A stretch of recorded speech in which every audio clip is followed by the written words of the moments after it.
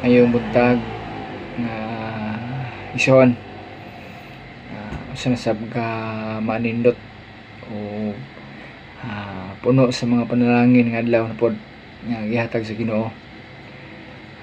Reporta mo adto sa tumutag usa ka mga bulwaton, mga trabaho o mga negosyo ba o sabay mga itong mga bulwaton sa patag usa. Tibok nga adlaw kita malimot, reporta mo move sa tanan,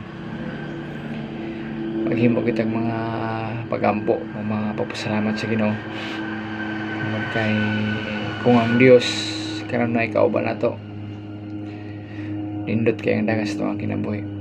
Itong tibok adlaw ay safety sa Ginoo. Itong tibok nga mga oras nga moabot secure sa Ginoo nato nan.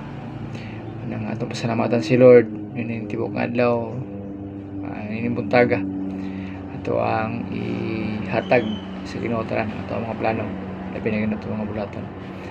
Dita malimot giupagdasi ka natong tanan.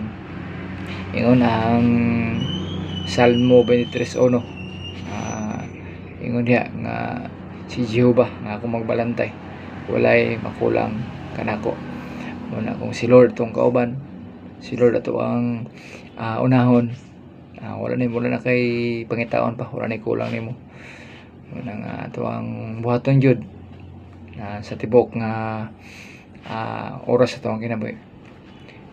Sa Ginoo ra kita, sa Ginoo ra ta mudagan.